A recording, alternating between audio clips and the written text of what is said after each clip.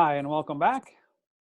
We left off in the last video talking about type 1 supernovae, which are very different than type 2 supernovae, which call type 2 supernovae, or the normal massive star core collapse supernovae. Type 1 supernovae are these things: a white dwarf near the Chandrasekhar limit in a binary system. The binary companion becomes a red giant, overflows its Roche lobes, dumps mass onto the white dwarf. If that white dwarf then exceeds the Chandrasekhar mass limit, it will explode as a supernova. And we call these things type 1 supernovae. Okay, and I mentioned as last time, these things are extraordinarily important. Let's think about why these things are extraordinarily important. So here is the type 1a supernovae. This is where we were, this is where we are now. This is the main question. Will there be a large difference in the brightness, I should say luminosity, in the luminosity of type 1a supernovae? The answer is, you can pause and think about it if you'd like, but I'm going to tell you now, the answer is no.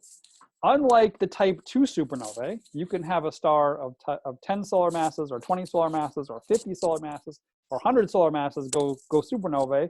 All of those are going to be type 2 supernovae at the end of their lives. The core collapses.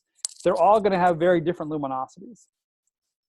A type 1 supernova is always going to be a exactly 1.4 solar mass white dwarf exploding. And so there will not be a large difference in the luminosities of type 1a supernova. They will all have about the same luminosity. So this property, that they all have about the same luminosity, makes them extremely important and interesting objects. Why is that? They're very important in astronomy. They're extraordinarily bright. How bright? Well, we can see them almost at the edge of the visible universe. And they all have the same luminosity. Why is this important? I'll give you a pause if you want to try to think about that. All very bright and all have the same luminosity. This is important because they are standard candles. If you know the luminosity and you know the brightness, you can always measure the brightness of something. That's just how bright it appears to us. What does that give you? That gives you the distance. Type 1a supernovae are standard candles, and we can use them to determine distances, not just to nearby things. In fact, we can't use them for nearby things because these things don't go off very often, but we can use them to get distances to very distant things, like distant galaxies. And that's going to be extraordinarily important later on. We're going to use these type 1a supernovae to tell us important things about how the universe itself is structured. So I'm going to say, hey, remember that later in the semester. I'm going to say, hey, remember that day we talked about type 1a supernovae and how important they were? This is why they're important. So keep it in the back of your head. Okay, let's go back to type 2 supernovae, though. In a type 2 supernova, again, you've got this ball of stuff, iron at the end, at the center of the star. It collapses in on itself because electron and density pressure can't support it anymore. The entire thing explodes. But the core, we think, at least for you know, the lower mass of the high mass stars, probably survives the blast. What is its composition? Well, remember, all of the protons and electrons combine together to make neutrons. And so this is a thing that has more than 1.4 solar masses that is entirely made of neutrons. What do we call this thing? We call it a neutron star. You might have heard of neutron stars. This is what they are. I will, here, let me, oops, that's not what I wanted to do.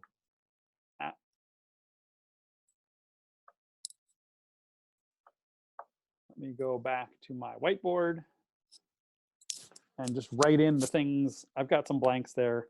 So these things are called neutron stars.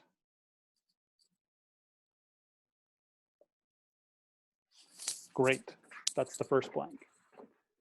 Probably not necessary, but that's okay. All right, here we're back. What is it? How big are they? Well, they're not big at all.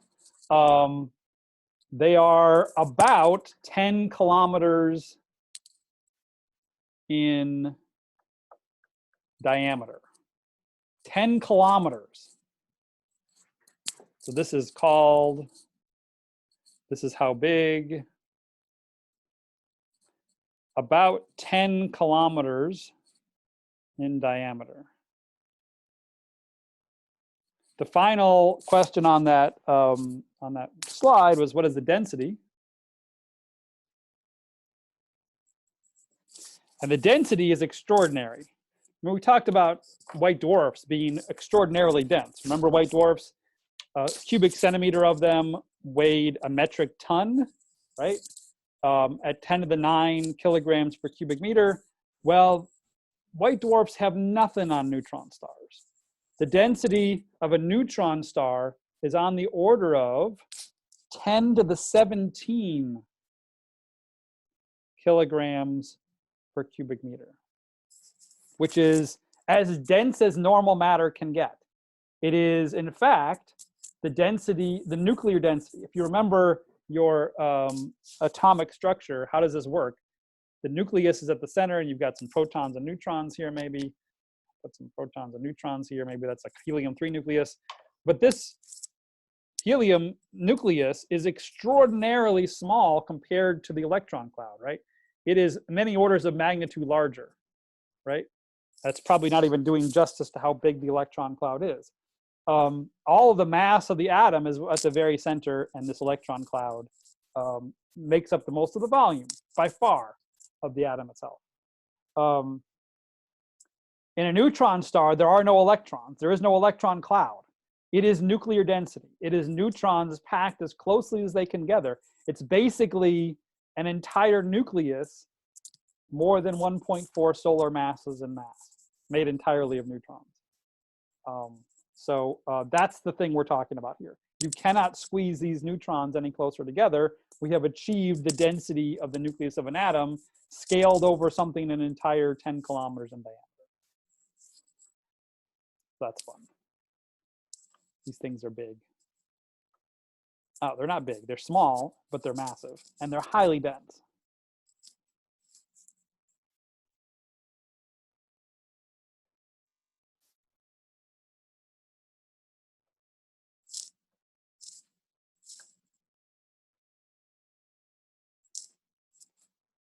All right, let's go back to our PowerPoint slide.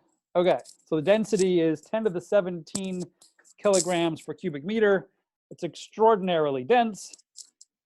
Let's do the same calculation that we did before. Oops, let me start sharing again, sorry.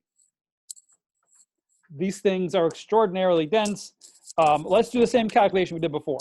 Let's take a square centimeter of neutron star, and what if we could take a teaspoonful of neutron star, bring it back to Earth? How much would that weigh on the Earth? How much mass would there be in a square centimeter, a cubic centimeter of neutron star? Let's go back and do this calculation. It's kind of crazy. So again, here's our square centimeter. If you could have that much neutron star, how much mass would there be? How much would it weigh? Well, let's do the calculation. We know that density is mass divided by volume. So we really want the mass. We know the density and we know the volume. Solving this thing for mass, multiply both sides by V. The V's go away over here. Mass equals density times volume. We know that the density is 10 to the 17 kilograms per cubic meter.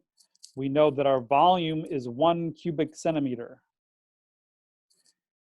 Now, we're going to multiply these two together. We're going to need this volume to cancel out with that volume, which it's not going to do on its own.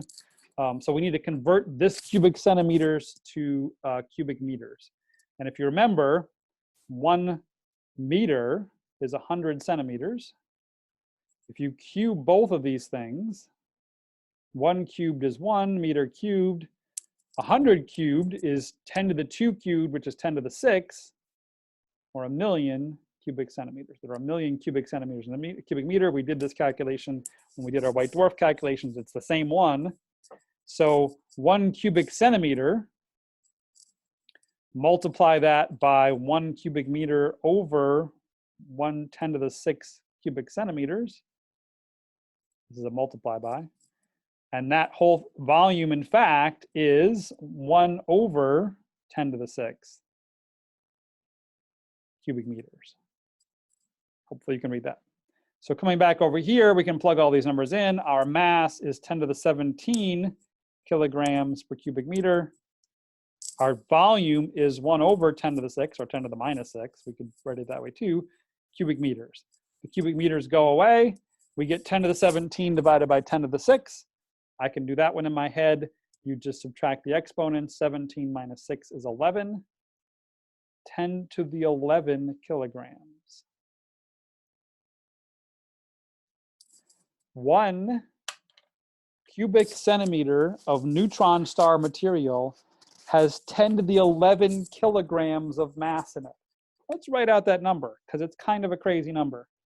1, 2, 3, 4, 5, 6, 7, 8, 9, 10, 11. Put some commas in there.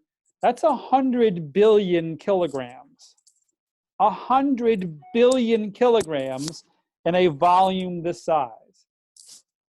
That's unbelievably dense. How much is 100 billion kilograms? That's something like the mass of the entire mountain, Mount Everest, squeezed into a volume the size of a playing die. So that tells you a couple things. One is just how much of normal matter is just empty space, and just how much, when you can squeeze it all together as far down as it can go, how much mass you can actually get in such a tiny, tiny space. So that's the craziness of neutron stars.